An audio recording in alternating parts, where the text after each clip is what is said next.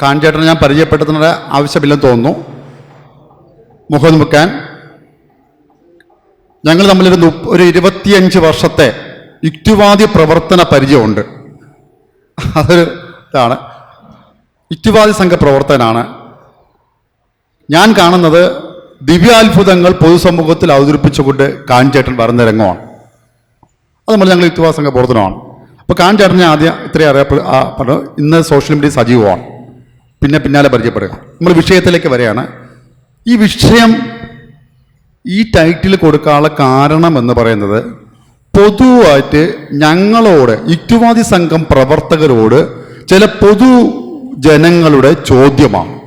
ഇസ്ലാമിക വിമർശനം സംഘപരിവാറിന് വേണ്ടിയാണോ?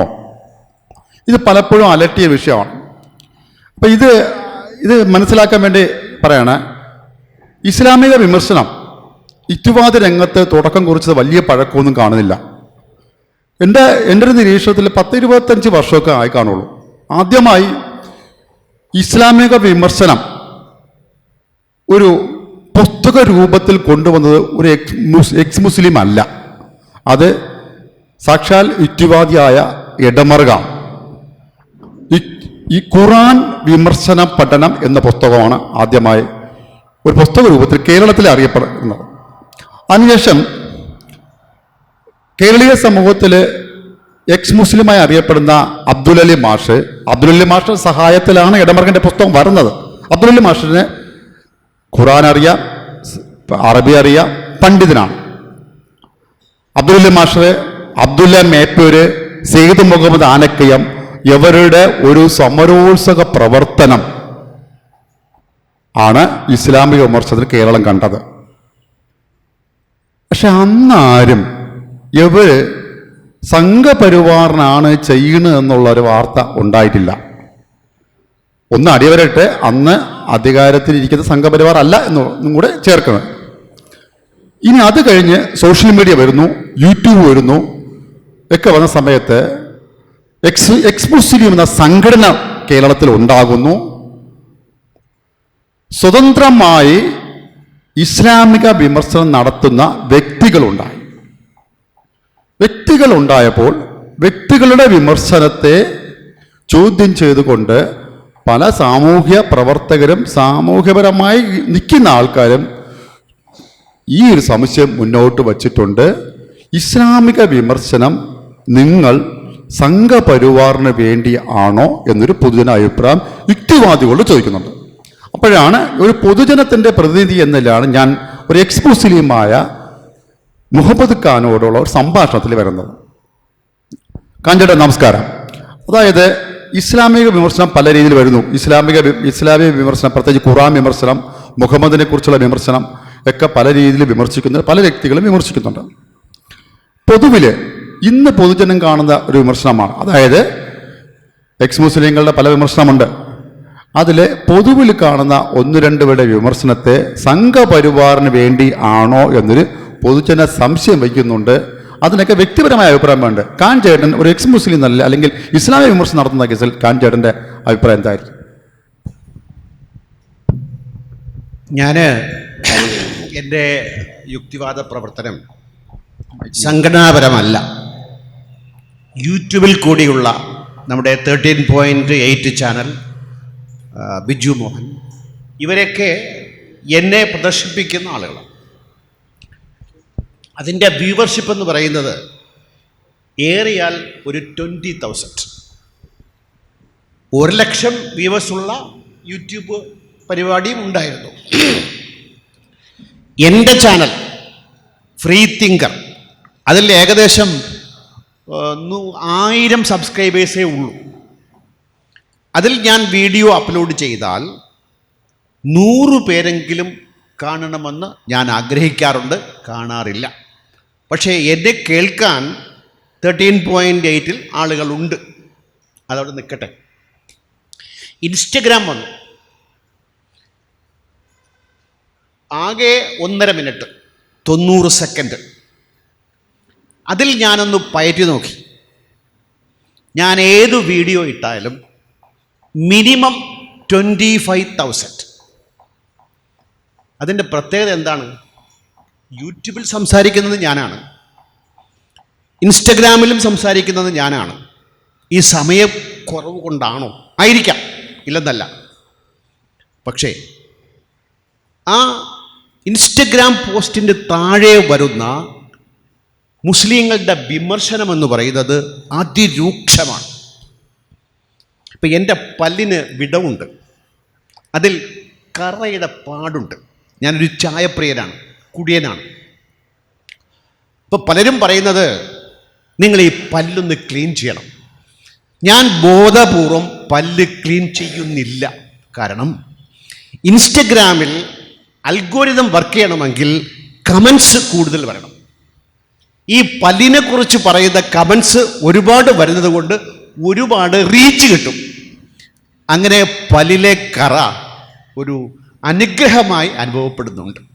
ഞാൻ പറഞ്ഞു അതല്ല, എന്തുകൊണ്ടാണ് ഇസ്ലാമിക വിമർശനം നടത്തുമ്പോൾ ഇത്രയും അധികം ആളുകൾ രോഷാകുലരായി മാറുന്നത്?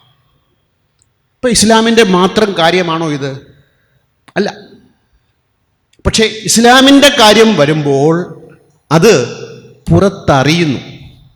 ഈ ഇടയ്ക്ക് ഒരു സുഹൃത്ത് യൂട്യൂബിൽ പറഞ്ഞ ഒരു കാര്യം ഞാനിവിടെ പ്രസക്തമായതുകൊണ്ട് എടുത്തു പറയുകയാണ്. അവരുടെ വീട്ടിൽ മീൻ വിൽക്കാൻ വരുന്ന ഒരാൾ മീൻ കൊണ്ടുവന്നില്ല. ഇവർ വിളിച്ചു ചോദിച്ചു, എന്താ മീൻ കൊണ്ടുവരാത്തത്? ഇന്ന് ചിങ്ങം 1 അതുകൊണ്ട് പലരും മീൻ വേണ്ട എന്ന് പറഞ്ഞു. അപ്പം മതതീവ്രവാദം, മതബോധം, മതപരത കേരള ജനതയിൽ അന്നു നിന്നതുപോലെയോ അതിനേക്കാളോ ഏറെയോ ഒക്കെ, അല്ലെങ്കിൽ നമ്മൾ അധികം അറിയത്തക്ക രീതിയിലേക്ക് വന്നുകൊണ്ടിരിക്കുന്നു എന്ന വസ്തുത കാണാതിരിക്കാൻ പറ്റില്ല. ഇനി ചോദ്യത്തിലേക്ക് വരികയാണെങ്കിൽ, സംഘപരിവാറിന് വേണ്ടിയിട്ടാണോ എൻ്റെ ഈ ഇൻസ്റ്റഗ്രാം പോസ്റ്റിൽ എന്നെ അഭിനന്ദിച്ചു പറയുന്ന ആളുകളുടെ ഞാൻ പേര് നോക്കാറുണ്ട്. ഒന്നുകിൽ ക്രിസ്ത്യൻസ് ആയിരിക്കും, അല്ലെങ്കിൽ ഹിന്ദുക്കളായിരിക്കും. അപ്പം ഇസ്ലാമിക വിമർശനം ആരെയൊക്കെയോ സുഖിപ്പിക്കുന്നുണ്ട് എന്ന് ഞാൻ അനുമാനിക്കുന്നു. ഇനി സംഘപരിവാറിന് വേണ്ടിയോ?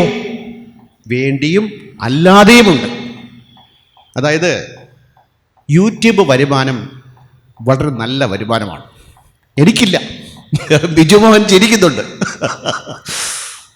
പക്ഷേ ഈ യൂട്യൂബ് വരുമാനത്തെയും പ്രശസ്തിയെയും മുന്നിൽ കണ്ടുകൊണ്ട് ഏതു മീനാണ് വിൽക്കാൻ പാകത്തിലുള്ളത് എന്ന് മനസ്സിലാക്കിക്കൊണ്ട് ഇസ്ലാമിക വിമർശനത്തിന് കേരളത്തിൽ നല്ല മാർക്കറ്റാണ്. നിങ്ങൾ നോക്കൂ, കേവലം 5% BJPയുടെ വോട്ട് വളർന്ന് 15-ൽ എത്തി നിൽക്കുകയാണ്. എൻ്റെ ഇൻസ്റ്റഗ്രാം പോസ്റ്റുകൾ എന്നെ പേടിപ്പിക്കുന്നു. ഞാൻ അറിയാതെ ഈ രാജ്യത്തെ ഹൈന്ദവ വർഗീയതയ്ക്ക് ഞാൻ എൻ്റെ സംഭാവന ചെയ്യുന്നുണ്ടോ? ഞാൻ എൻ്റെ യുക്തിവാദ പ്രവർത്തനം, എൻ്റെ ഇസ്ലാമിക വിമർശനം നിർത്തണോ തുടരണോ? വല്ലാത്തൊരു ചോദ്യമാണ്, ഉത്തരം കിട്ടാത്ത ചോദ്യമാണ്. അതുകൊണ്ട് ഇതിനെ 2 ഉത്തരം പറയാം. ഇത് സംഘികൾക്ക് വേണ്ടി അല്ലാതെ ചെയ്യുന്ന ആളുകളുണ്ട്, പക്ഷേ അവിടെയും സംഘികൾക്ക് അത് ഗുണകരമായി മാറുന്നുണ്ട്. പിന്നെ സംഘികൾക്ക് വേണ്ടി തന്നെ ചെയ്യുന്ന ആളുകളുണ്ട്. പിന്നെ ഞാൻ ഈ ഇരിക്കുന്ന മിക്കവാറും യുക്തിവാദികളാണ്. സംഖ്യകൾക്ക് വേണ്ടി ചെയ്യുന്ന എക്സ് മുസ്ലിങ്ങളുണ്ടെന്നാണോ? തീർച്ചയായിട്ടും പേരെടുത്ത് പറയാൻ എനിക്ക് യാതൊരു മടിയുമില്ല. ആ രംഗത്ത് ആദ്യമായി വന്നത് ജാമിദ ടീച്ചറാണ്. അവരെക്കുറിച്ച് ഞാൻ അബ്ദുൽ അലി മാഷിനോട് ചോദിച്ചപ്പോൾ ഒരു ന്യായയുക്തമായ കാര്യം പറഞ്ഞു. ഇസ്ലാമിക തീവ്രവാദികളുടെ ഭീഷണിയിൽ നിന്ന് രക്ഷ നേടാനായിട്ട് അത് ഒരു പരിധിക്ക് ന്യായീകരിക്കാവുന്ന കാര്യമാണെങ്കിലും ന്യായമല്ല. പിന്നെ ഇപ്പോൾ ആരിഫ് ഹുസൈൻ ഉൾപ്പെടെയുള്ള ആളുകൾ അവരുടെ പ്രശസ്തിക്ക് വേണ്ടി തന്നെ, പണത്തിനു വേണ്ടി തന്നെ, നല്ല വരുമാനമാണ്. 1 ലക്ഷം രൂപയ്ക്ക് മുകളിൽ ജാമിദ ടീച്ചറിൻ്റെ ജീവിത നിലവാരവും വളരെ മെച്ചപ്പെട്ടു. കാരണം ഇത് കാണാൻ, ഇത് വിൽക്കപ്പെടുന്ന ചരക്കാണ്. അതുകൊണ്ട് 2 തരത്തിലാണ് ഇത് നിലനിൽക്കുന്നത്. എന്നെപ്പോലുള്ള, ജബ്ബാർ മാഷിനെ പോലുള്ള ലിയാഖത്ത് അലി പോലുള്ള ആളുകൾ സംഘപരിവാറിനെ ഉദ്ദേശിച്ചല്ല ചെയ്യുന്നത്. നമ്മൾ ഉദ്ദേശിച്ചില്ലെങ്കിലും അല്ല കാഞ്ചേട്ടാ, അങ്ങനെയാണെങ്കിലും ഇപ്പൊ ജബാർ മാഷിന്റെ വിമർശനവും മുഹമ്മദ് ഖാന്റെ വിമർശനവും ലിയാഖത്തിലെ വിമർശനവും സംഘപരിവാറിന് അനുകൂലം ആവില്ലേ? അതാണ് അത് നമുക്ക് യൂട്യൂബിൽ വ്യൂ കാണുമ്പോൾ നമ്മൾ നേരത്തെ പറഞ്ഞതുപോലെ തന്നെ യൂട്യൂബിലെ വ്യൂ ഒരു വലിയ ഘടകമാണ്. അത് മനസ്സിലാക്കുക. അതായത് ഇന്ന് കച്ചവടത്തിന് ഏത് മേഖലയിലെ വോട്ടിന്റെ കച്ചവടം ആയാലും സംഘപരിവാറിന് അനുകൂലമായുള്ള നിലപാടെടുത്താൽ ചില രാഷ്ട്രീയ പാർട്ടികൾക്ക് തന്നെ ജയിക്കാമെന്ന അവസ്ഥ ചർച്ച ചെയ്യുന്നുണ്ട്. ഈ യൂട്യൂബ് വ്യൂസ് മാത്രമല്ല. അപ്പോൾ നേരത്തെ പറഞ്ഞ ജാമിദ ടീച്ചർക്ക് ആദ്യത്തെ ഒരു ഇസ്ലാം വിട്ടുവന്ന ആദ്യത്തെ പ്രഭാഷണം നടത്തിയത് ട്രിവാൻഡ്രത്താണ്. ആ ടൈറ്റിലിന്റെ പേര് ഞാൻ എങ്ങനെ യുക്തിവാദി ആയി എന്നാണ്. ആ പ്രഭാഷണം യൂട്യൂബിൽ വന്നപ്പോൾ ജമ്പിങ് ഓഫ് വ്യൂസാണ്. ഈ വ്യൂസ് കണ്ട് ഒരു പ്രമുഖ പ്രഭാഷകൻ ഞെട്ടിപ്പോയ പ്രമുഖ പ്രഭാഷകൻ അടുത്ത മാസം മുതൽ ഇസ്ലാമിക വിമർശനം തുടങ്ങുകയും അതിങ്ങനെ തുടർന്നു കൊണ്ടേയിരിക്കുകയും ചെയ്യുന്നു എന്ന അവസ്ഥയുണ്ട്. കാഞ്ചേട്ടൻ അറിയാൻ പറ്റുന്നത്. അപ്പം നേരത്തെ പറഞ്ഞ പോലെ ഈ സംഘപരിവാറിന് വേണ്ടി വർത്തമാനം പ്രവർത്തനം ചെയ്താൽ അതൊരു കച്ചവടത്തിന്റെ ഗുണമല്ലേ? സംഘടന വളർത്താം, പണം ഉണ്ടാക്കാം, വോട്ട് പിടിക്കാം, വിജയിക്കാം എന്ന രീതിയല്ലേ എനിക്ക് തോന്നുന്നത്. അതായത് ബോധപൂർവമായി തന്നെ സംഘപരിവാറിന് വേണ്ടി ചെയ്യാത്ത ആളുകളാണ് നമ്മൾ. പക്ഷേ നിർഭാഗ്യവശാൽ ഒരു ആൻറ്റി ഇസ്ലാമിക് വ്യൂ അല്ലെങ്കിൽ ഒരു ഇസ്ലാമോഫോബിയ കേരളത്തിലുമുണ്ട് എന്നാണ് എൻ്റെ ഒരു ധാരണ. ഇത് പറയുമ്പോൾ എന്നെ സുഡാപ്പിയാക്കുന്ന ആളുകളുണ്ട്. ലിയാഖത്ത് അലിയും ഈ വിമർശനം കേൾക്കുന്നുണ്ട്. പക്ഷേ ഞാൻ ഇസ്ലാമിക വിമർശനം നിർത്തണോ? എന്നെ കുഴയ്ക്കുന്ന വല്ലാത്തൊരു ചോദ്യമാണ്. നിർത്താൻ പറ്റില്ല. എൻ്റെ ജീവിത ഉദ്ദേശം അതാണ്, എനിക്കറിയാവുന്നതാണ്. ഇപ്പം നിങ്ങൾ ഹൈന്ദവതയെക്കുറിച്ച് ചോദിച്ചാൽ നിങ്ങൾക്കുള്ള അറിവ് എനിക്കില്ല. ഇസ്ലാമിനെക്കുറിച്ച് ചോദിച്ചാൽ എനിക്ക് പറയാൻ സാധിക്കും, ഞാൻ താല്പര്യപൂർവ്വം പഠിച്ച കാര്യമാണത്. അപ്പോൾ ഇത് ഞാൻ ചെയ്യണോ വേണ്ടേ?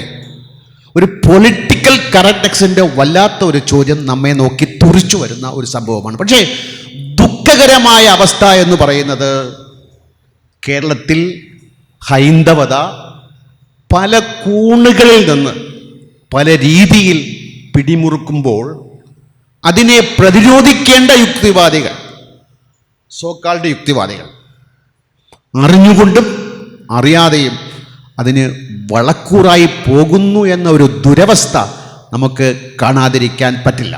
അതുകൊണ്ട് യുക്തിവാദികൾ ചെയ്യേണ്ടത്, ഇപ്പം ഒരു ഉദാഹരണം ഞാൻ പറയാം. നുബു ശർമ്മ മുഹമ്മദ് നബിയെക്കുറിച്ച് വിമർശനപരമായി വിമർശിച്ചു. അപ്പം അന്നുണ്ടായിരുന്ന യുക്തിവാദികൾ രണ്ടു തട്ടിലായി മാറി. എങ്ങനെ? നുബൂർ ശർമ്മയുടെ അഭിപ്രായ സ്വാതന്ത്ര്യമാണത്, അതൊരു വ്യൂ.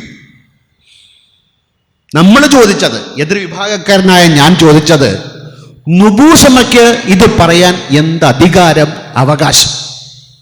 അവര് പ്രതിനിധാനം ചെയ്യുന്ന അന്യവൽക്കരണത്തിന്റെ ഭാഗമായി നിന്നുകൊണ്ട് ഒരു മതത്തിൻ്റെ ഒരു പ്രചാരകരെ ദുർദ്ദേശത്തോടു കൂടി പറയുമ്പോൾ അവിടെ ആവിഷ്കാര സ്വാതന്ത്ര്യമല്ല വരേണ്ടത്. അതിനെ നോക്കിക്കാണാൻ കേരളത്തിലെ സ്വതന്ത്ര ചിന്തകർ, നിരീശ്വരവാദികൾ, യുക്തിവാദികൾ പല തട്ടുകളിലായി പോകുന്നു. ഞാൻ നേരത്തെ പറഞ്ഞു വന്നൊരു കാര്യം വിട്ടുപോയി. ഞാൻ വളരെ കൃത്യമായി പറയട്ടെ, ഞാൻ എന്നെ യുക്തിവാദി എന്ന് അടയാളപ്പെടുത്തുന്ന ആളാണ്. നിരീശ്വരവാദിയെന്നോ സ്വതന്ത്ര ചിന്തകനോ എന്ന് അടയാളപ്പെടുത്തുന്ന ആളാണ്. ഈ സ്വതന്ത്ര ചിന്തകനായ ഞാൻ പറയുന്നു, പൊതുസമൂഹത്തിൽ നിന്ന് എനിക്കോ എൻ്റെ കൂട്ടായ്മയായ യുക്തിവാദികൾക്കോ പ്രത്യേകത ഇല്ല. ഞാൻ അടിവരിട്ട് പറയാണ്, ഒരു സമൂഹത്തിൽ ഉണ്ടാകുന്ന എല്ലാ ഉച്ചനീചത്വങ്ങളും പോരായ്മകളും അറിവുകേടും നമ്മളും അലങ്കാരമായി കൊണ്ടു നടക്കുന്നവരാണ്. അല്ലെങ്കിൽ ജനം ടി വിയിൽ പോയിരുന്ന് മുഹമ്മദ് നബിയെ മോശമായി പറഞ്ഞാൽ, നുബൂ ശർമ്മ മുഹമ്മദ് നബിയെ വിമർശിച്ചാൽ അതിൻ്റെ അവസാന റിസൾട്ട് എന്താണ്? അതെവിടെ ചെന്ന് നിൽക്കും? മുസ്ലിങ്ങൾ ഇത് കേട്ടിട്ട് മാറുമോ? അവർ ചിന്തിക്കുമോ? ഇടയ്ക്ക് ഒരാൾ പറഞ്ഞു, ഇത്തരം എക്സ് മുസ്ലിംസിൻ്റെ വർത്തമാനം കേൾക്കാനായി ആരെങ്കിലും മുസ്ലിങ്ങളോട് സജസ്റ്റ് ചെയ്താൽ പുച്ഛിച്ചു തള്ളുകയാണ് പതിവ്. കാരണം അത്രയ്ക്കും അപക്വമായ വാക്കുകൾ കൊണ്ട്. ഇപ്പം എൻ്റെ മകൻ തെറ്റായ ഒരു വഴിയിലേക്ക് പോകുന്നു, തെറ്റ് അത് വേറെ കാര്യം. അവനെ തിരുത്താൻ ഞാൻ ഉദ്ദേശിക്കുന്നു. എങ്ങനെ ആയിരിക്കണം? എടാ പന്നി, ആ വാക്ക്, എടാ ഡാഷ്, നീ എങ്ങനെയാണ്, നിന്റെ അച്ഛൻ എങ്ങനെയാണ്, നിന്റെ അമ്മ എങ്ങനെയാ എന്നൊക്കെ പറഞ്ഞാൽ അവൻ പ്രകോപിതനാവുകയുള്ളൂ. അവനിൽ ചിന്തയുണ്ടാക്കാൻ എൻ്റെ വർത്തമാനങ്ങളും പ്രവൃത്തികളും പ്രചോദിതമാകില്ല. പകരം ഭാഷയുടെ മിതത്വം, ആ മിതത്വത്തിനകത്ത് ഉപയോഗിക്കേണ്ട കടുത്ത ഭാഷയുടെ മിതമാർന്ന രീതികൾ, ഇതായിരിക്കണം ഇസ്ലാമിക വിമർശനം. അത് ഇന്ന് ഒട്ടുമിക്ക എക്സ് മുസ്ലിംസിന് ഇല്ല എന്നൊരു ദുഃഖകരമായ സത്യം കൂടെ അവശേഷിക്കുന്നുണ്ട്. കാഞ്ചേട്ടാ, അതുപോലെ ഈ സമുദായത്തിന്, അതായത് ഇപ്പം ചേകന്നൂർ മൈലവി അതിനകത്തു നിന്നുകൊണ്ടുള്ള വിമർശനം നേടുകയും അപ്പോഴുണ്ടായ ആക്രമണം മനസ്സിലാക്കുകയാണ്, അന്നുണ്ടായ തീവ്രവാദ പ്രവർത്തനം മനസ്സിലാക്കുകയാണ്. പക്ഷേ കേരളീയ സമുദായം, ഇന്ത്യയിലെ സംഘപരിവാർ അധികാരത്തിൽ വന്നിട്ട് ഏകദേശം 12 വർഷം പോയിക്കൊണ്ടിരിക്കുകയാണ്. ഇന്ത്യയിൽ മറ്റ് പ്രദേശത്ത്, അതായത് KN എഴുതിയതിലെ പുസ്തകമാണ് ഇരകളുടെ മാനിഫെസ്റ്റോ എന്ന പുസ്തകം. മറ്റ് പ്രദേശത്ത് ഈ മുസ്ലിം സമുദായം ഇരകളാക്കപ്പെടുന്നുള്ളത്, പ്രത്യേകിച്ച് ഗുജറാത്ത് പോലുള്ള സംസ്ഥാനത്ത്. കേരളത്തിലെ മുസ്ലിങ്ങൾ അധികാരത്തിൽ വന്നിട്ടുണ്ട്, പല പ്രവർത്തനം ചെയ്തിട്ടുണ്ട്. കേരളത്തിലെ ജോസഫ് മാഷിന്റെ കൈ വെട്ടിയതിന് ശേഷം, ജോസഫ് മാഷിന്റെ കൈ വെട്ടിയത് ഏറ്റവും വലിയ ഫാസിസ്റ്റ് രീതിയാണ്. അതിനുശേഷം നമുക്ക് ഇസ്ലാമിക തീവ്രവാദം ആ രീതിയിൽ കണ്ടിട്ടുണ്ടോ എന്നൊരു എനിക്ക് എൻ്റെ നിരീക്ഷണത്തിൽ അങ്ങനെ വന്നിട്ടില്ല. അവര് പേടിച്ചു പോയി എന്നാണ് എനിക്ക് തോന്നുന്നത്. വളരെ പ്രസക്തമായ ചോദ്യമാണ് നാഗേഷ് ചോദിച്ചത്. ജോസഫ് മാഷിന്റെ കൈവെട്ടി, ചേകൻ മൊറവിയെ കൊന്നു, ജബ്ബാർ മാഷ് സുഖമായി ഇസ്ലാമിക വിമർശനം നടത്തുന്നുണ്ട്, മുഹമ്മദ് ഖാൻ ചെയ്യുന്നുണ്ട്, ആരിഫ് ഹുസൈൻ ചെയ്യുന്നുണ്ട്, കടുത്ത ഭാഷയിൽ ജാമിദ ടീച്ചറും ആരിഫ് ഹുസൈനും ചെയ്യുന്നുണ്ട്. നഖം വെട്ടാൻ പോലും ആരും വരുന്നില്ല. കൈ വെട്ടാൻ പോയിട്ട് നഖം വെട്ടാൻ പോലും നെയിൽ കട്ടർ വാങ്ങിച്ചു കൊടുത്ത നഖം കെട്ടി തന്നാൽ മതി, ആരും വരുന്നില്ല. എന്തുകൊണ്ടാണ്? ഞാനത് ചിന്തിച്ചിട്ടുണ്ട്. കാരണം ഇന്ന് രാവിലെ ഞാൻ ആലോചിച്ചതാണ്. സുഡാപ്പി എന്ന് നമ്മൾ സോഷ്യൽ മീഡിയയിൽ വിളിക്കുന്ന SDPI മഷിയിട്ട് നോക്കിയാൽ കിട്ടുന്നില്ല ഇപ്പോൾ. ഞാൻ നേരത്തെ പറഞ്ഞു, 5-ൽ നിന്ന് 15-ലേക്കുള്ള വളർച്ച, ഇന്ത്യയുടെ ഭരണം, RSSന്റെ ശക്തമായ പിടിമുറുക്കം ഈ സമൂഹത്തിലുണ്ട്. അതുകൊണ്ട് സാധാരണ മുസ്ലിങ്ങൾ ഉൾപ്പെടെ അതിനകത്തുള്ള തീവ്രവാദികൾ വരെ പത്തി മടക്കിയിരിക്കുകയാണ്. ഈ പത്തിമടക്കൽ അത്ര ശുഭകരമായ ഒരു പത്തിമടക്കൽ അല്ല. അറിവിൻ്റെയും ജ്ഞാനത്തിൻ്റെയും വിവേകത്തിൻ്റെയും സാമൂഹ്യ ബോധത്തിൻ്റെയും അടിസ്ഥാനത്തിൽ പത്തിമടർത്തേണ്ടവർ ആയുധബലത്തിൻ്റെ മുന്നിൽ അധികാരത്തെ പേടിച്ച് ഇന്ന് മുസ്ലിം തീവ്രവാദം കേരളം ഉൾപ്പെടെയുള്ള സ്ഥലത്ത് പരിമിതപ്പെട്ടു വരികയാണ്. അത് അതിൻ്റെ തനത് സ്വഭാവത്തിലല്ല. ചേകന്നൂറുണ്ടാകാം, ജോസഫ് ഉണ്ടാകാം, സാഹചര്യം അനുകൂലമല്ല. അങ്ങനെ കേരളത്തിനകത്ത് ഇന്ന് യുക്തിവാദ ഇസ്ലാമിക വിമർശനം നടത്താൻ സംഘപരിവാറും ഇങ്ങോട്ട് തുടയേകുന്നു എന്ന വസ്തുത കാണാതിരിക്കാനൊക്കത്തില്ല. അത് ഗുണകരമായ ഒരു സഹായമല്ലെന്നാണ് എൻ്റെ ഒരു വിലയിരുത്തൽ. പ്രത്യേകിച്ച് ഇസ്ലാമിക വിമർശനത്തിൻ്റെ ഒരു പ്രധാനപ്പെട്ട കാര്യത്തിൽ, ഇപ്പം ഇന്ത്യ ഭരിക്കുന്നത് നമ്മുടെ കാഴ്ചയിൽ ഒരു മതരാഷ്ട്ര പ്രത്യയശാസ്ത്രം മുൻനിർത്തിക്കൊണ്ടാണ്. ഒരു സെക്യുലർ കാഴ്ചപ്പാടിൽ ഒരു യൂണിഫോം സിവിൽ കോഡ് വേണമെന്നൊക്കെ യുക്തിവാദികൾ എല്ലാം പ്രത്യേകിച്ച് സെക്യുലർ കക്ഷികളെല്ലാം ആവശ്യപ്പെടുകയാണ്. പക്ഷെ ഇന്ന് ഒരു മതരാഷ്ട്രം അല്ലെ മതരാഷ്ട്രീയം നയിക്കപ്പെടുന്ന ഭരണകൂടം യൂണിഫോം സിവിൽ കോഡ് കൊണ്ടുവന്നാൽ ഭയക്കുന്ന ഇത് പാവപ്പെട്ട മുസ്ലിങ്ങൾ ഉണ്ട്. അതിനെക്കുറിച്ച് എന്താണ്? അതായത് യൂണിഫോം സിവിൽ കോഡ് വേണമെന്നൊക്കെ നമ്മൾ സമരം ചെയ്ത ആൾക്കാരെ ഇന്ന് ഇത് സംശയത്തോടെ കാണുന്നു. ഇതിനെക്കുറിച്ചുള്ള എക്സ് മുസ്ലിങ്ങളുടെ അഭിപ്രായം തന്നെ വ്യത്യസ്തമാണ്. അത് നേരത്തെ പറഞ്ഞതോടെ എക്സ് മുസ്ലിങ്ങളുടെ ഒരു യൂണിഫോം സിവിൽ കോഡ് ആര് കൊണ്ടുവന്നാലും കുഴപ്പമില്ല, യൂണിഫോം സിവിൽ കോഡ് വേണമെന്ന് ഈ സംഘപരിവാർ കൊണ്ടുവന്ന യൂണിഫോം സിവിൽ കോഡ് വേണമെന്ന് പ്രൊഫൈലിട്ട് പ്രചരണം നടത്തിയ അതിനോട് അവകാശപ്പെടുന്നില്ല, ഭയങ്കര സ്വതന്ത്ര ചിന്തകരുടെ അവകാശം ഏറ്റവും വലിയ നാസ്തിക സമ്മേളനം നടത്തുന്നവർ തന്നെ നടത്തിയിട്ടുണ്ട്. അപ്പോഴൊക്കെ ഞങ്ങൾ സംശയത്തോടെ നിൽക്കുകയാണ്, ഒരു മതരാഷ്ട്രീയം നയിക്കുന്ന ഭരണകൂടം ഒരു സിവിൽ കോഡ് കൊണ്ടുവന്നാൽ എന്തായിരിക്കും എന്നുള്ള സംശയമുണ്ട്.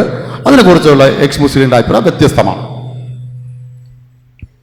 യൂണിഫോം സിവിൽ കോഡ് BJP സർക്കാർ കൊണ്ടുവരുന്നതിനെ ഞാൻ വ്യക്തിപരമായി എതിർക്കുകയാണ്. കാരണം മുസ്ലിം ജനസാമാന്യം ന്യായവൽക്കരിക്കപ്പെട്ട സാമൂഹ്യ ക്രമത്തിൽ വരണം എന്ന നിർബന്ധമല്ല അവർക്കുള്ളത്. ആ നിർബന്ധമുണ്ടെങ്കിൽ UP യിൽ ബുൾഡോസറുകൾ ചലിക്കില്ല. അത് ഏതെങ്കിലും വിമർശകന്റെയോ ഏതെങ്കിലും സർട്ടിഫിക്കറ്റ് ഇല്ലാത്തവന്റെയോ പേരിൽ ബുൾഡോസർ വന്ന് ഇടിച്ചു നിരത്തുന്ന ഒരു സംസ്കാരം നിൽക്കുമ്പോൾ അവർ യൂണിഫോം സിവിൽ കോഡ് കൊണ്ടുവന്നാൽ അത് പ്രകോപിപ്പിക്കാൻ വേണ്ടിയിട്ട് മാത്രമാണ്. അതുകൊണ്ട് BJPയുടെ യൂണിഫോം സിവിൽ കോഡ് ന്യായയുക്തമല്ല, നുപൂർ ശർമ്മയുടെ വിമർശനം പോലെ ഗൂഢപദ്ധതിയാണ്. പക്ഷേ യൂണിഫോം സിവിൽ കോഡ് വേണോ? അതാണ് പ്രധാനമായ ചോദ്യം. അങ്ങനെ ചോദിക്കുമ്പോൾ എൻ്റെ ഉത്തരം യൂണിഫോം സിവിൽ കോഡ് വേണം. ഇത് പറയുമ്പോൾ കേരളത്തിലെ മുസ്ലിങ്ങൾ എന്തു പറയും? യൂണിഫോം സിവിൽ കോഡ് വേണ്ട. ഈ ഒരു വ്യത്യസ്തത, ഈ ഒരു അവാന്തര വിഭാഗത്തിൻ്റെ എന്താ പറയുക, ഒരു മൗലികമായ ഒരു മാറ്റം അതെന്തുകൊണ്ടുണ്ടാകുന്നു? അവിടെയാണ് സംഘപരിവാറിൻ്റെ വളർച്ചയ്ക്കുള്ള യൂരിയ കിട്ടുന്നത്. മതപരമായ കടുംപിടുത്തം ഇന്ന് ഇസ്ലാമിക സമൂഹത്തിൽ ഉണ്ട്. പഴയ രീതിയിലുണ്ടോ? അത് സാമൂഹ്യ പരിഷ്കർത്താക്കൾ ചർച്ച ചെയ്യേണ്ട കാര്യമാണ്, സാമൂഹ്യ വിദ്യാർത്ഥികൾ പഠിക്കേണ്ട കാര്യമാണ്. പക്ഷെ ഉണ്ട് എന്ന കാര്യത്തിൽ തർക്കമില്ല. കാരണം UCC എതിർക്കപ്പെടുന്നു. ഇപ്പൊ ഒരു സാധാരണ മുസ്ലിമിനെ എടുക്കാം, ഒരു അബ്ദുൽ ഖാദർ.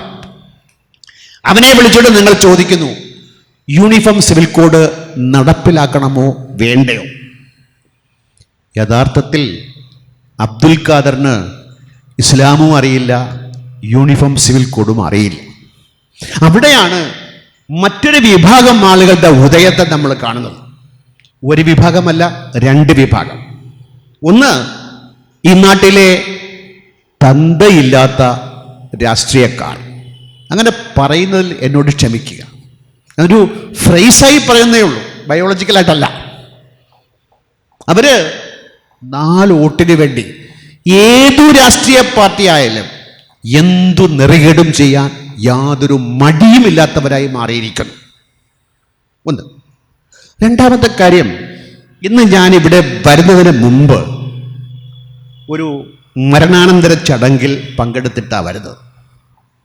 അപ്പം എന്നെ വിളിച്ചു, ഞാൻ യുക്തിവാദിയെന്ന് മനസ്സിലാക്കിയിട്ട് തന്നെ വിളിച്ചു. അവിടെ ഒരു 10-100 ആളുകൾ കൂടി.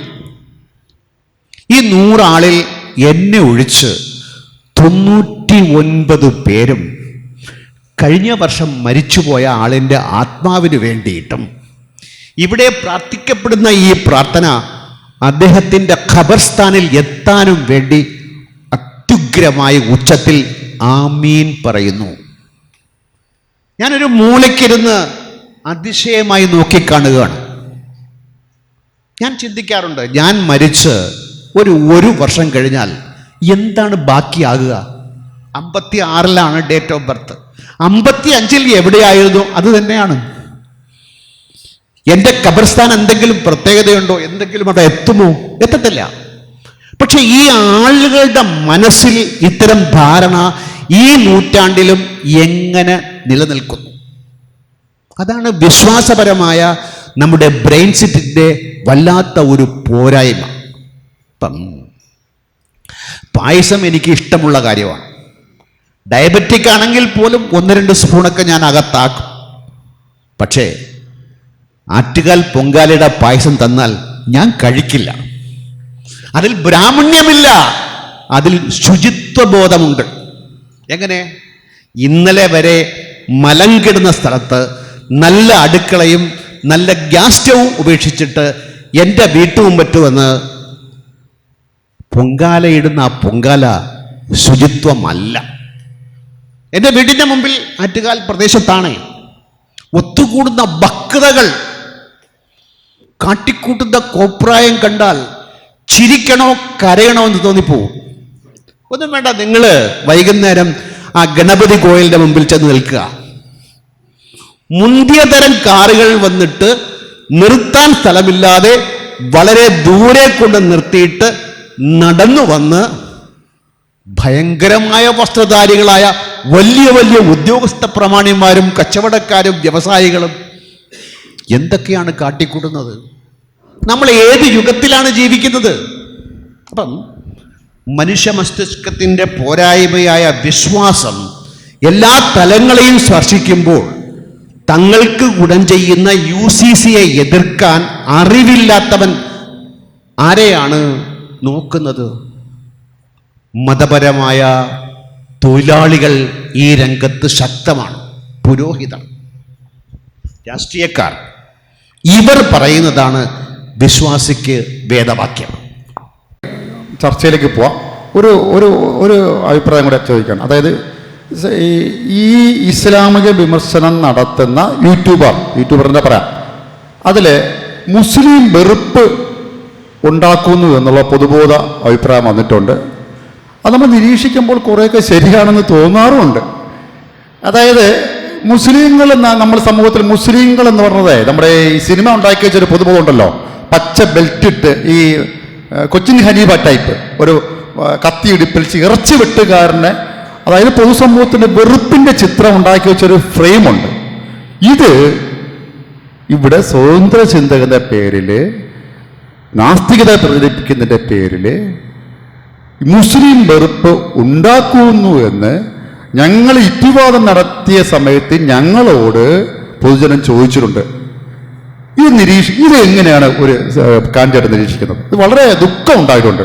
വെറുപ്പെന്ന് പറയുന്നത് വല്ലാത്തൊരു പൊളിറ്റിക്കൽ സ്പെക്ട്രം.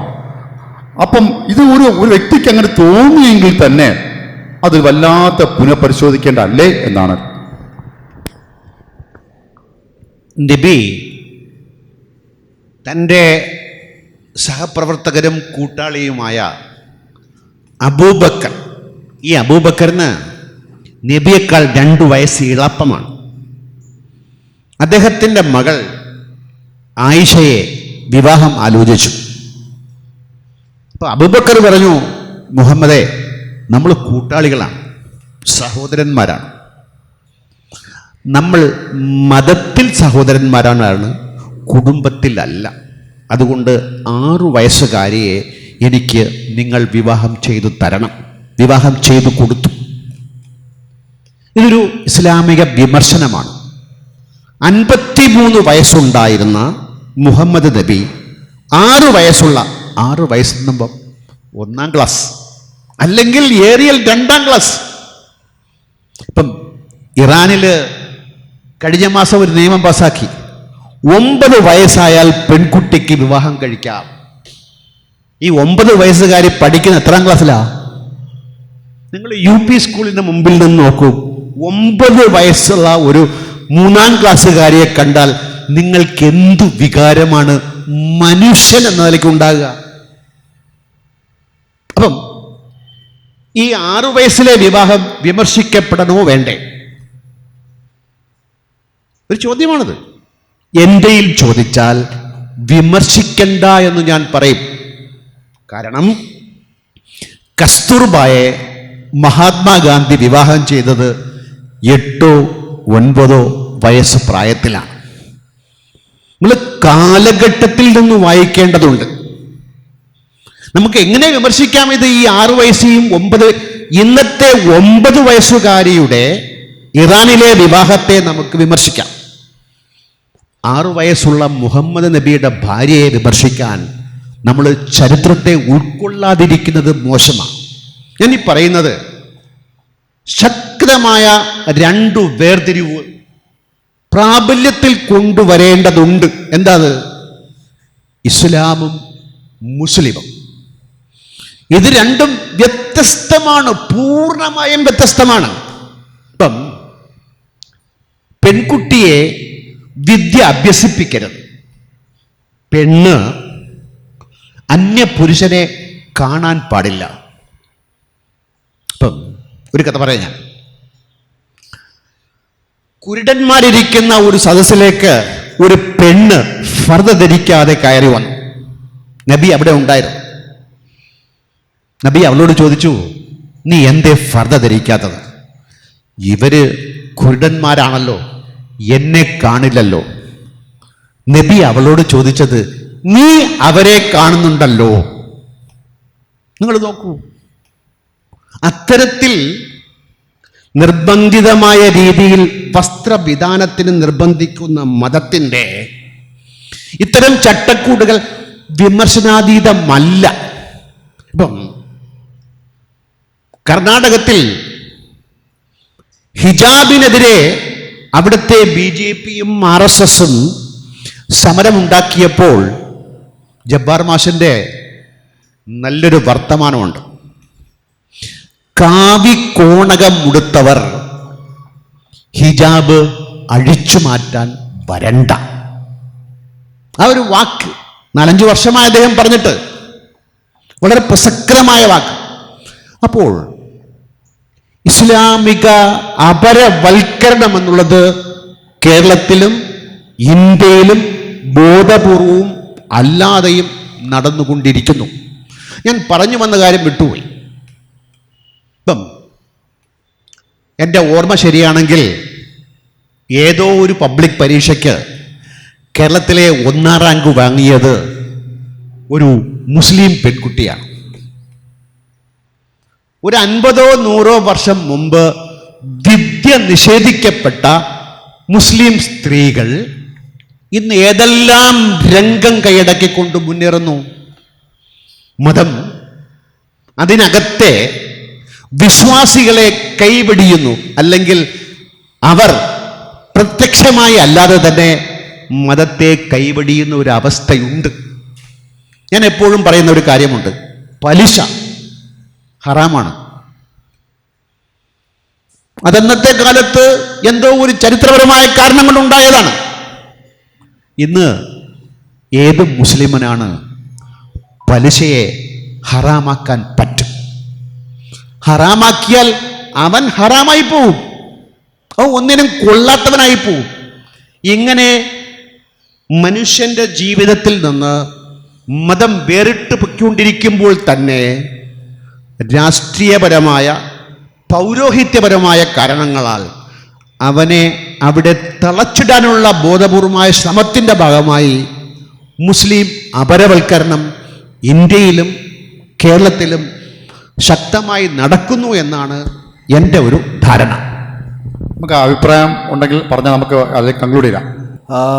രവിചന്ദ്രൻ സാർ ഒരിക്കൽ പറയുണ്ടായി, നമുക്ക് ഹിന്ദുമത തീവ്രവാദം അത്ര ഭയപ്പെടേണ്ടതല്ല, ഇന്നത്തെ സാഹചര്യത്തിൽ നമ്മൾ ഭയപ്പെടേണ്ടത് ഇസ്ലാം തീവ്രവാദമാണ്. ഇത്തരം ഇപ്പം സാറ് നടത്തുന്ന ഇസ്ലാമിക വിമർശനത്തിനേക്കാൾ ഉപരി നവയുക്തിവാദികളുടെ സ്വതന്ത്ര ഇത്തരം നിലപാടുകളല്ലേ ഹിന്ദു കൺസോളിഡേഷനും അതുവഴി സംഘപരിവാറിനെയും സഹായിക്കുന്നത്? സാർ അഭിപ്രായം? എനിക്ക് ഇസ്ലാമിക തീവ്രവാദമാണ് വലുത് എന്ന് തോന്നലില്ല. ഒരാൾ എങ്ങനെയാണ് ഇസ്ലാമും ഹിന്ദുവുമായി മാറുക? Why we believe in God. അത് വളരെ പ്രസക്തമായി ഓരോ യുക്തിവാദികളും വായിക്കേണ്ടതും ചിന്തിക്കേണ്ടതും പഠിക്കേണ്ടതും മനസ്സിലാക്കേണ്ടതുമായ ഒരു കാര്യമാണ്. അങ്ങനെ വന്നു കഴിഞ്ഞാൽ ഒരു സോഫ്റ്റ്വെയർ നമ്മൾ തലയ്ക്കകത്തിടുകയാണ്. അത് ഹിന്ദുവാകാം, മുസ്ലിമാകാം. ഈ മുസ്ലിം സോഫ്റ്റ്വെയറിന് ചില കുഴപ്പങ്ങളുണ്ട് പ്രത്യക്ഷമായി. നിങ്ങൾ ഒരു അമ്പലത്തിന് മുമ്പിൽ താമസിക്കുകയാണെങ്കിൽ കഴിഞ്ഞ ഒരു 10 വർഷത്തിന് മുമ്പ് രാവിലെ ഒരു ശബ്ദ മലിനീകരണം കേട്ടാൽ മതി. പകരം നിങ്ങളൊരു മുസ്ലിം ദേവാലയത്തിൽ പള്ളിയുടെ മുമ്പിൽ താമസിക്കുകയാണെങ്കിൽ നിങ്ങൾ 5 നേരം ശബ്ദ മലിനീകരണം നിങ്ങൾക്കിഷ്ടമില്ലെങ്കിലും നിങ്ങൾ അനുഭവിക്കേണ്ടി വരും. സ്ത്രീകൾ വിദ്യ അഭ്യസിച്ച് മേലോട്ട് പൊയ്ക്കൊണ്ടിരിക്കുമ്പോൾ തന്നെ ഒരു ബസ്സിനകത്ത് നിങ്ങൾ കയറി കഴിഞ്ഞാൽ ഒരു തട്ടമിടാത്ത മുസ്ലിം സ്ത്രീയെ നിങ്ങൾക്ക് കാണാൻ പറ്റുമോ? തട്ടമിട്ടാൽ സഹിക്കാം. ഇപ്പം എൻ്റെ കമ്പനിയിൽ 2 ദിവസത്തിന് മുമ്പ് 2 പെൺകുട്ടികൾ ജോലിക്ക് വന്നു. ഒരാൾ തട്ടമിട്ടിട്ടുണ്ട്, ഓക്കെ. ഒരാൾ കണ്ണൊഴികെ ബാക്കിയെല്ലാം മറച്ചിരിക്കുന്നു. ഞാൻ ജോലി കൊടുക്കണോ വേണ്ടേ? സാർ, എൻ്റെ ചോദ്യം, ഇസ്ലാം വിമർശനം എങ്ങനെ ഹിന്ദു കൺസോളിഡേഷനെ സഹായിക്കും? അതുവഴി ഹിന്ദു കൺസോളിഡേഷനാണല്ലോ സംഘപരിവാറിൻ്റെ വളർച്ചയ്ക്ക് സഹായകമാകുന്നത്. ഈ ഇസ്ലാം വിമർശനം എങ്ങനെയാണ് ഹിന്ദു കൺസോളിഡേഷനെ സഹായിക്കുന്നത്? അല്ല സുഹൃത്തെ, ഈ രവീന്ദ്രൻ നടത്തിയ പ്രസ്ഥാനം ഉണ്ടല്ലോ, അത് വളരെ കണ്ണിങ്. അത് നേരത്തെ പറഞ്ഞല്ലോ, അതായത് സംഘപരിവാർ എന്ന് പറയുന്ന ഹിന്ദുത്വ പൊളിറ്റിക്സ് മുന്നോട്ട് വെച്ച സാധനമാണ്. സംഘപരിവാറിന് അനുകൂലമായ സ്റ്റേറ്റ്മെന്റ് ഇറക്കിയാൽ ലാഭമാണ്. പണം, സംഘടന വളർത്താൻ പറ്റും, വോട്ട് കൂട്ടാൻ പറ്റും, അധികാരത്തിൽ പറ്റും, പ്രിവിലേജ് കിട്ടും. അങ്ങനെ അനേകം ഗുണങ്ങൾ നമ്മുടെ സമൂഹത്തിലുണ്ട്. അത് മനസ്സിലാക്കിയ ബുദ്ധിമാന്മാരാണ് ഇത്ര അഭിപ്രായങ്ങൾ രേഖപ്പെടുത്തുന്നത്.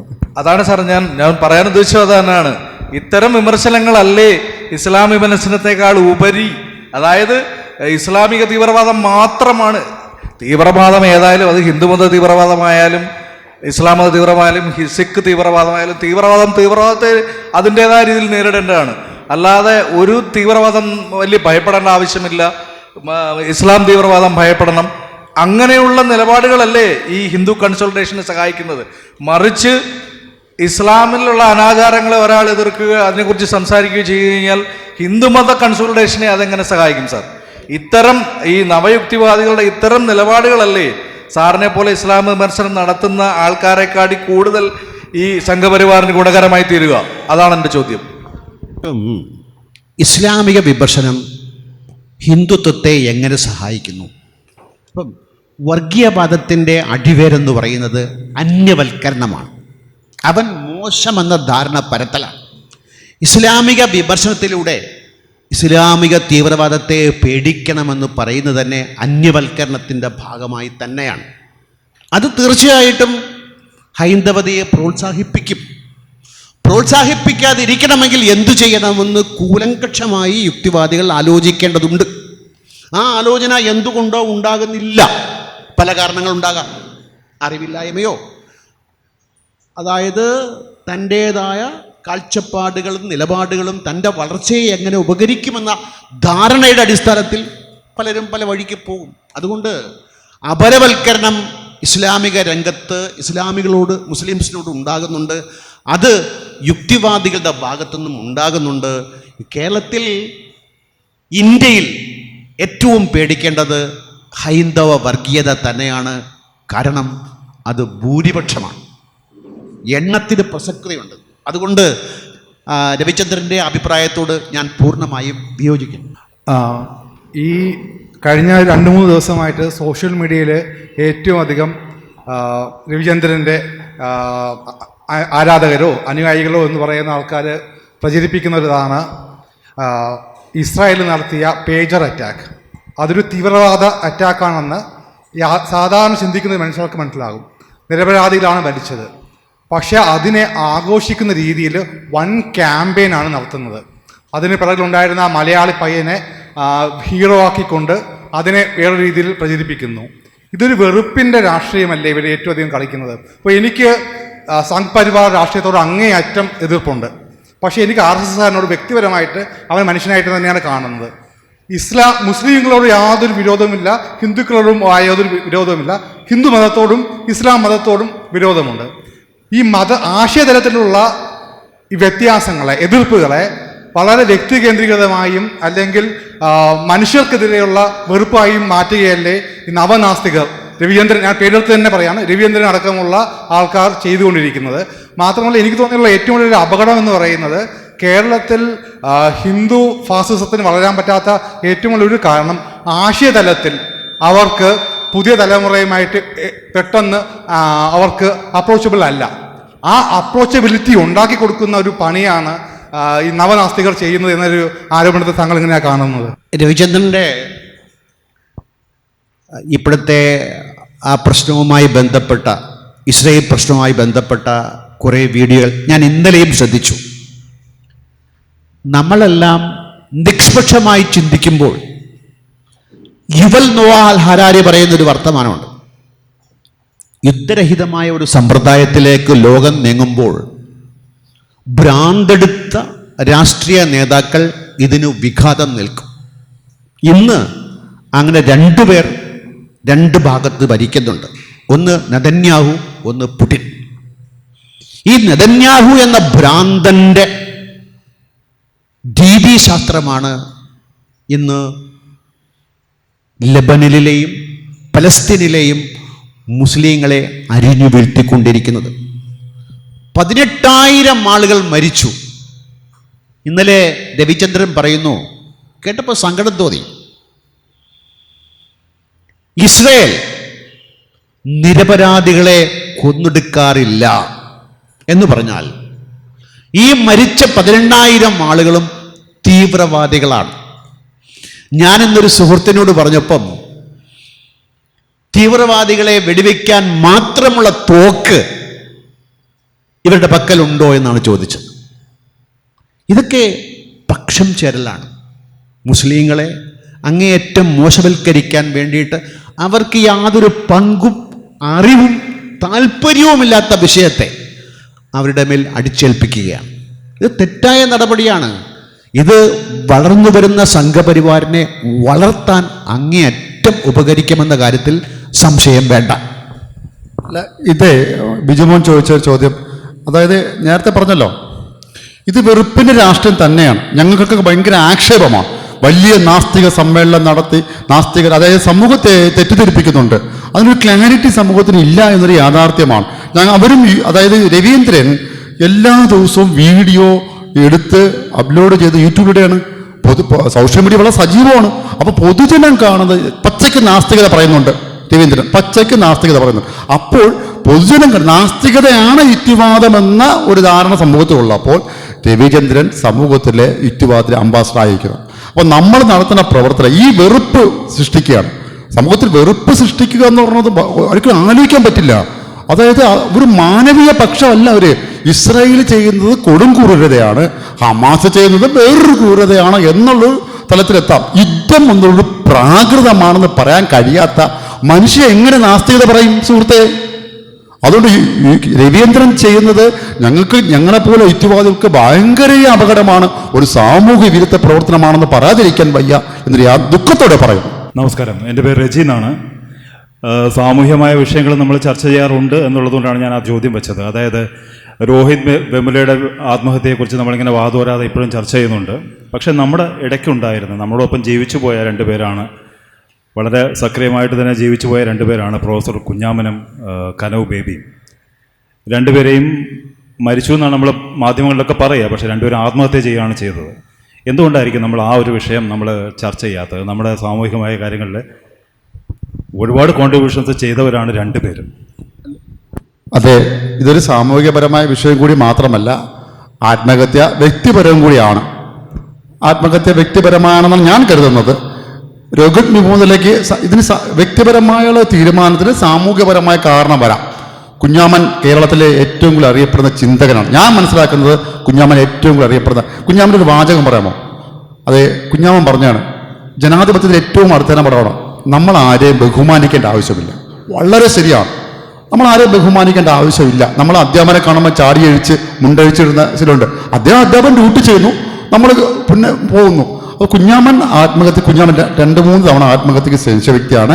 ആത്മഹത്യ ഒരു സാമൂഹികമാണ്, അത് മാനസികമാണ്, അത് വ്യക്തിപരമാണ് എന്ന് എനിക്ക് രേഖപ്പെടുത്താൻ പറ്റുള്ളൂ. ഇതൊരു സാമൂഹിക വിഷയമാണ്. ഈ സാമൂഹിക വിഷയപരമാണ് വ്യക്തിപരമായ കാരണങ്ങളാൽ അവർ പോകുന്നത്. KJ ബേബിയുടെ കേസ്, KJ ബേബി എന്തെല്ലാം സൊസൈറ്റി ഇടപെട്ട വ്യക്തിയാണ്. അത് അങ്ങനെയാണ് ഞാൻ മനസ്സിലാക്കുന്നത്.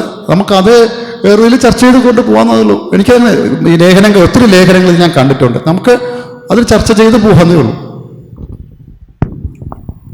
ഇന്ത്യയിലെ വസ്തുനിഷ്ഠ യാഥാർത്ഥ്യങ്ങളെ മനസ്സിലാക്കിക്കൊണ്ട് ഇസ്ലാമിക വിമർശനം നടത്തുന്നവരുമുണ്ട്. ഉപരിവിപ്ലവമായ കാര്യങ്ങൾ കണ്ടുകൊണ്ട് ഇസ്ലാമിക വിമർശനം നടത്തുന്നവരുമുണ്ട്. ഇവിടെ കാഞ്ചേട്ടൻ ഏത് ഗണത്തിൽ പെടുമെന്ന് എൻ്റെ നിരീക്ഷണത്തിൽ പറയട്ടെ. അദ്ദേഹം ഇപ്പോൾ യൂണിഫോം സിവിൽ കോഡിനെ സംഘപരിവാർ കൊണ്ടുവരുന്നത് കൊണ്ട് അദ്ദേഹം എതിർക്കുന്നു. അതൊരു യാഥാർത്ഥ്യമാണ്. ഇന്ത്യയിലെ 14.2% മാത്രമാണ് ഏറ്റവും പുതിയ കണക്കനുസരിച്ച് മുസ്ലിം ജനസംഖ്യയുടെ പെർസെൻറ്റേജ്, 40.2%. ഇന്ത്യയിലെ ഹിന്ദു പെർസെൻറ്റേജ് 80.8%. ഇന്ത്യയിലെ ഭൗതിക ജീവിത യാഥാർത്ഥ്യങ്ങൾ സൂക്ഷ്മതലത്തിൽ പരിശോധിക്കുന്ന ഏതൊരു വ്യക്തിക്കും മനസ്സിലാക്കാൻ കഴിയും. ഇസ്ലാമിക തീവ്രവാദത്തിനോ ഇസ്ലാമിക ഫണ്ടമെന്റലിസത്തിനോ ഒരിക്കലും ഇന്ത്യയെ ഒരു മതരാഷ്ട്രത്തിലേക്ക് കൊണ്ടുപോകാൻ കഴിയില്ല. അതേസമയം 80% വരുന്ന ഇന്ത്യയിലെ ഹിന്ദു മെജോറിറ്റിയെ രാഷ്ട്രീയവൽക്കരിച്ചാൽ, മതപരമായി രാഷ്ട്രീയവൽക്കരിച്ചാൽ ഇന്ത്യയെ ഒരു ഹിന്ദു മതരാഷ്ട്രത്തിലേക്ക് കൊണ്ടുപോകുവാൻ കഴിയും. അതുകൊണ്ട് തന്നെ രവിചന്ദ്രൻ അടക്കമുള്ള ഇന്ത്യയിലെ നവനാസ്തികർ നടത്തുന്ന ഇസ്ലാമിക വിമർശനത്തെ വസ്തുനിഷ്ഠ ജീവിത യാഥാർത്ഥ്യങ്ങളുടെ അടിസ്ഥാനത്തിൽ പരിശോധിച്ചുകൊണ്ട് വിമർശനം നടത്തണമെന്നാണ് എൻ്റെ അഭിപ്രായം. അപ്പോൾ മുഹമ്മദ് ഖാൻ അടക്കമുള്ളവർ ആ തരത്തിലുള്ള വിമർശനങ്ങളിലേക്ക് കടന്നു വരുന്നുണ്ട് എന്നത് ഒരു പ്രതീക്ഷയാണ്. ആ പ്രതീക്ഷയ്ക്ക് സഹായകരമാകുന്ന തരത്തിലുള്ള ഇസ്ലാമിക വിമർശനം നടത്തുമ്പോഴും സംഘപരിവാറിനെ തുറന്നു കാണിക്കാനുള്ള ഉത്തരവാദിത്വം നാസ്തിക നേഷൻ അടക്കമുള്ള സംഘടനകൾക്കുണ്ട് എന്ന യാഥാർത്ഥ്യ ബോധം ഈ സംഘടനകൾ, പ്രത്യേകിച്ച് യുക്തിവാദികൾ, തിരിച്ചറിയണമെന്നാണ് എൻ്റെ പക്ഷം. ഷാജി പറഞ്ഞോട് സപ്പോർട്ട്. അടുത്ത ആർക്കെല്ലാം ഉണ്ടെങ്കിൽ നമുക്ക് അല്ലെങ്കിൽ നമുക്ക് കൺക്ലൂഡ് ചെയ്യാം. നമുക്ക് കൺക്ലൂഡ് ചെയ്യാൻ തോന്നുന്നു. നമ്മുടെ ഒരു സംഭാഷണ രീതിയാണ്. അതായത് ഇത്തരം ചർച്ചകൾ ഇനി വരും. അതായത് സമൂഹത്തിൽ യുക്തിവാദി പ്രവർത്തനം നടത്തുന്ന പ്രവർത്തകർക്ക് ആക്ഷേപം വരുന്ന രീതിയിൽ വെറുപ്പിൻ്റെയും അല്ലെങ്കിൽ മുസ്ലിം വെറുപ്പിൻ്റെ രാഷ്ട്രീയം മുന്നോട്ട് വയ്ക്കുന്ന രീതിയിൽ നടത്തുന്നുണ്ട്. അതിൻ്റെ ക്ലാരിറ്റി ഉണ്ടാവണം. അതിനുവേണ്ടി പരിശ്രമിക്കുകയാണ്. അതിനുവേണ്ടിയുള്ള എല്ലാ പ്രവർത്തനങ്ങളും നമ്മൾ തിരിച്ചറിഞ്ഞ് പ്രവർത്തിക്കുന്നുണ്ട്. അതുകൊണ്ട് ഈ മാസം തന്നെ, അടുത്ത മാസം 12-ാം തീയതി, അതായത് ഈ നാസ്തികരെ RSSലേക്ക് കൊണ്ടുകെട്ടുക എന്ന ഒരു പ്രക്രിയ നടക്കുന്നുണ്ടെന്ന് തിരിച്ചറിഞ്ഞുകൊണ്ട് യുക്തിവാദികളും സ്വതന്ത്ര ചിന്തകരും സംഘടിപ്പിക്കുന്ന ഒരു സമ്മേളനം തൃശ്ശൂരിൽ വെച്ച് ഒക്ടോബർ 12-ന്, ആ പേരിന്റെ ക്ലാരിറ്റി എന്നാണ് വച്ചിരിക്കുന്നത്. അതിന്റെ ടാഗ്ലൈൻ്റെ ആണ് സംഘപരിവാർ നാസ്തികതയ്ക്കെതിരെ സ്വതന്ത്ര ചിന്തകരുടെ സംഗമം എന്നാണ് പറഞ്ഞിരിക്കുന്നത്. നിങ്ങൾ സോഷ്യൽ മീഡിയ കാണുക. ഇനി നമുക്ക് വെറുതെ ഇരിക്കാൻ പറ്റില്ല. വെറുപ്പിന്റെ രാഷ്ട്രീയത്തെ മാറ്റിക്കൊണ്ട് മാനവീയ രാഷ്ട്രീയം കൊണ്ടുവരാൻ വേണ്ടി നമ്മൾ ശ്രമിക്കണം. അതുകൊണ്ട് ഇതിൽ പങ്കെടുത്ത എല്ലാവർക്കും നന്ദി രേഖപ്പെടുത്തുകൊണ്ട് നിർത്തുന്നു. നന്ദി. ഒരു വാക്കൂടെ ഞാൻ പറഞ്ഞോട്ടെ. ബംഗ്ലാദേശിൽ ഭരണമാറ്റം ഉണ്ടായപ്പോൾ അവിടെ ഹിന്ദുക്കൾ ആക്രമിക്കപ്പെട്ടു. ഞാൻ പറയുന്നതിൻ്റെ ചുരുക്കം, അവിടെ ഇസ്ലാമിക ഫണ്ടമെൻ്റലിസം അനുകൂലമായ സാഹചര്യം ഉണ്ടായപ്പോൾ സടകുടഞ്ഞെണീറ്റു. ഇന്ത്യയിൽ ഹിന്ദു ഇസ്ലാമായിക്കൊണ്ടിരിക്കുന്നു. ബംഗ്ലാദേശിലെ ഇസ്ലാമിക തീവ്രവാദം ഹിന്ദു തീവ്രവാദം മനഃപ്പാഠമാക്കുന്ന ഒരു ദയനീയ അവസ്ഥ നമ്മൾ കാണാതിരിക്കരുത്. ഹിന്ദു മുസ്ലിം ആകുന്നു എന്നാണ് എൻ്റെ വർത്തമാനം. നന്ദി.